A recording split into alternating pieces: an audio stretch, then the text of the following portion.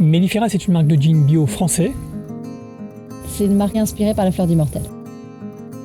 La fleur d'immortel, c'est une petite fleur jaune qui pousse dans les dunes et pas dans la montagne, contrairement à ce que certains penseraient. Et en fait, c'est une fleur qui dégage un parfum très particulier. On la trouve sur les côtes partout en France et notamment sur l'île d'Oléron. C'est une petite fleur en fait aux vertus organoleptiques, à la fois puissante mais aussi subtile, qui dégage une odeur à la fois florale et un petit peu épicée. Cette fleur d'immortel, c'est un peu notre Madeleine de Proust. C'est vrai qu'elle nous rappelle des bons moments, des remontées de plage. C'est une fleur qui a aussi un rôle important puisqu'elle fait partie de ces fleurs dont les racines stabilisent le milieu dunaire. C'est pour ça qu'elles sont protégées. Donc c'est aussi la raison qui nous a amenés à planter et à faire pousser et à récolter nos propres fleurs d'immortel. L'origine du jardin Mellifera, au départ, c'est une grande rangée d'immortelles qu'on a plantée en collaboration avec des maraîchers bio de Lille.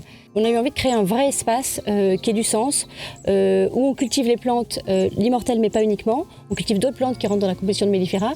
Alors en fait c'est un assemblage de 9 plantes aromatiques, dont certaines sont cultivées sur le jardin Mellifera, en l'occurrence le genévrier, parce qu'il faut du genévrier pour que ce soit un gin. La fleur d'immortel, puisque c'est la fleur qui caractérise le plus notre gin Mellifera. On y a aussi de l'angélique, de l'armoise fraîche, du masseron, qui est une plante endémique des îles d'Atlantique, en l'occurrence d'Oléron, et un ensemble d'autres plantes qui, elles, ne sont pas cultivées sur l'île d'Oléron, comme le combawa par exemple. C'était une vraie volonté de faire les choses différemment. C'est assez rare dans le monde des spiritueux. On a recruté une personne, il s'appelle Ethel Gauthier, qui est une ingénieure agricole et qui travaille quotidiennement à l'entretien des immortels, au choix des botaniques, à l'entretien des botaniques, en appliquant tous les principes de l'agroécologie. Elle n'utilise pas de mécanisation, elle fait appel à l'éco-pâturage.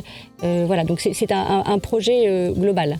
Utiliser ces principes d'agroécologie, ça a du sens pour la beauté de nos fleurs. C'est-à-dire que les fleurs qu'on utilise dans nos jeans seront d'autant plus belles, seront d'autant mieux butinées qu'elles sont nourries par ce sol qui est enrichi par l'agroécologie. Tout ça va dans ce sens-là en fait. Alors la récolte, c'est vraiment un moment très fort chez nous. D'abord parce que ça nous permet de nous réunir, tous les gens qui travaillent chez Mellifera. On vient généralement à la fraîche. On commence à récolter les fleurs très tôt le matin, quand le soleil n'est pas encore trop chaud. On récolte les fleurs uniquement, on ne récolte pas les tiges, pour rapidement les déverser en fait dans l'alcool neutre qui va capturer en fait toutes les terpènes, tout ce qui fait la qualité organoleptique de la fleur, pour ensuite partir dans un processus de macération et de distillation par la suite.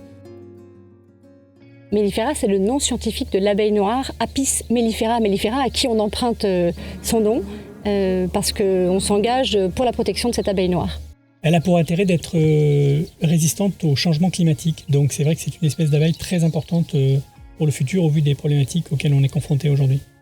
On a développé un certain nombre de partenariats d'ailleurs avec notamment Manu, notre apiculteur adoré, grâce à qui on a implanté des ruches d'abeilles noires. Donc l'objectif qu'a Manu Ratier avec ce projet, c'est de remplacer petit à petit au sein du conservatoire les abeilles hybrides par des abeilles noires pour pouvoir faire en sorte qu'on ne trouve plus que des ruches d'abeilles noires dans le conservatoire de l'île d'Oléron. L'ADN de Mellifera, c'est ça, c'est être un gin qui est inspiré par la fleur d'immortel. C'est aussi le début d'une aventure et d'autres inspirations autour de l'immortel.